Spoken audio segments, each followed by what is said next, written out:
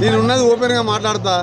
నా phone tap చేసే ధైర్యం కాదు నాది. ఓపెన్గా స్పీకర్ ఫోన్ పెట్టి మాట్లాడుతాను. నేను రైతులు, నేను ప్రజల మధ్యలో ఉంటా. తెలంగాణ ఉద్యమకారుని తెలంగాణ కోసం మంత్రి పదవి వదిలిపెట్టినా. కానీ ఇలా మంత్రిగా 100 రోజుల్లోనే 100 కోట్ల రూపాయలు 100 రోడ్లు వేసిన. నేను 24 గంటలకి 20 గంటలు కష్టపడుతున్నాం.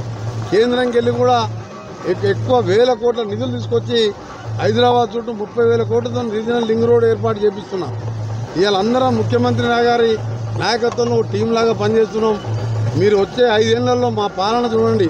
ఈ 6 గ్యారంటీలు కాదు, 5 ఏళ్ల పాలన చూసిన తర్వాత వద్దన్నా కాంగ్రెస్ పార్టీకే ఓటేస్తారు అన్ని పార్టీల వాళ్ళు. ఆ విధంగా మా పరిపాలన ఉంటుంది. కొన్ని రోజులు వెయిట్ చేయండి. అందుకనే మీరు 3 నెలలకే ఏమా అన్నట్టు కేసీఆర్ వాళ్ళగా అని ఆఖరికి ఏమైంది? ఇప్పుడు ఇవాళ ఢిల్లీలో ఏం జరుగుతుంది? ఎవరుంటారు లోపల? ఎంతమంది లోపలికి పోతారో తెలియదు. ఉచిత కరెంటు పెట్టిందే కాంగ్రెస్ పార్టీ ప్రభుత్వం. ఇవాళ కరువు వచ్చిందని నిన్న మన మా మినిస్టర్లు హరీష్ రావు లాంటి వారి 10 ఏళ్ళు మినిస్టర్గా ఉన్నోళ్ళు మీరు 10 ఏళ్ళు పాపాలు చేస్తే ఆ పాపాల పుణ్యమే ఇవాళ కరువు. ఒక్క మంచి పని చేయరైతురి. ఇవాళ జగన్ దగ్గర మోకరిల్లి డబ్బుల కోసం కృష్ణాని జల, శ్రీశైలం, సాగర్ నీళ్లు ఆయనకు వదిలిపెడితే పోతిరెడ్డిపాడు, రాయలసీమ, మచ్చుమర్రి లాంటి ప్రాజెక్టు కట్టుకొని నీళ్లు దోసుకపోతే ఇవాళ బురద మిగిలింది.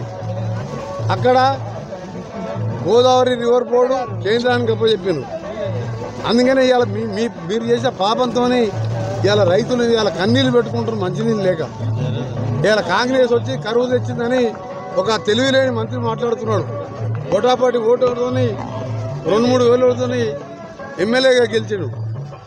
నీకు బుద్ధి ఉంటే నల్గొండ జిల్లా దక్షిణ తెలంగాణలో 36 సీట్లకు 32 సీట్లు 60-70 వేల మెజార్టీ ఎందుకు గెలిచాను? 10 ఏళ్ళకెళ్ళి ఈ దక్షిణ తెలంగాణ అన్యాయం చేసింది కాబట్టి ఈరోజు నీకు ఆ ఎన్నికల్లో ఆ రిజల్ట్ వచ్చింది. ఇంకా కూడా బుద్ధి రాలే ఆ మంత్రులకు. ఇవాళ మిర్యాలు కూడా చూడండి, నల్గొండ చూడండి, తుంగతుర్తి చూడండి, నామినేషన్ వేసి 60 వేల మెజార్టీ. 10 ఏళ్ళకెళ్ళి నల్గొండ జిల్లాని దక్షిణ తెలంగాణ నాశనం చేసినాం. ఇంకా బుద్ధి మారకుండా మాట్లాడుతున్నారు. ఇకనైనా బుద్ధి